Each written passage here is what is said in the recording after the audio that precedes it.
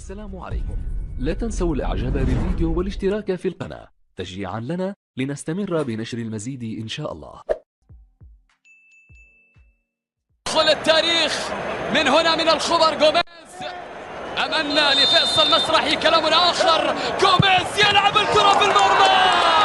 جول! ملك الغابة يتربع على صدارة الهدافين الأجانب في تاريخك يا زعيم.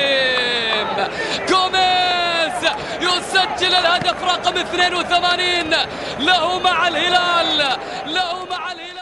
خطرة إلى سالم للهدف الثاني. الدوسري كرة ملعوبة. جول! سجل كاريو. لا تأمن الثعبان ففي أنيابه العطب.